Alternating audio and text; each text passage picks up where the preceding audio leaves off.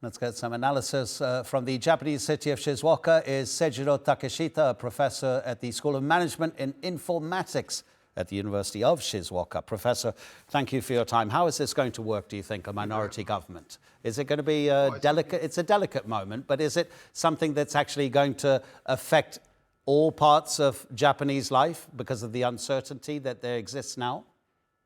Yeah, of course. I mean, the fact is that it's not a grinning situation, to say the least.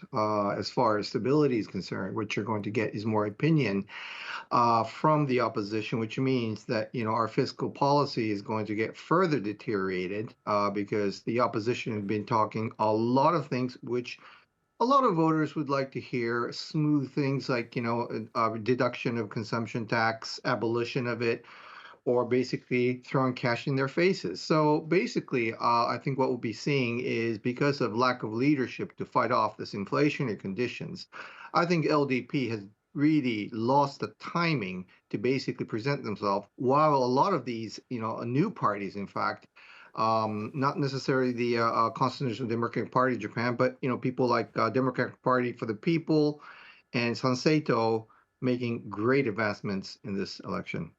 So this new balance of power, would it affect the negotiations that the Prime Minister will be having with Washington to try to reach a trade deal before the August the 1st deadline? Or because it's so important, most parties are backing him?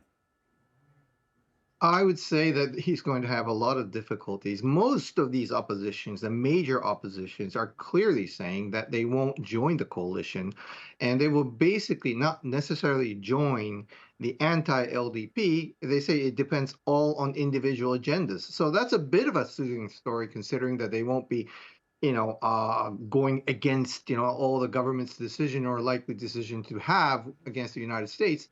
But at the same time, as you can imagine, it's going to be very time consuming. And as you said earlier, it's going to be a very delicate issue going forward. And of course, US is bullying their way through. And you have to be a very good, strong negotiator to fight that off. And I don't think we are, a strong negotiator in that sense from the beginning. So let's this condition. I think things are definitely getting worse on the plateau for negotiation against the United States. What should we read into the rise of the far-right Sanseito party? What is far-right in Japan?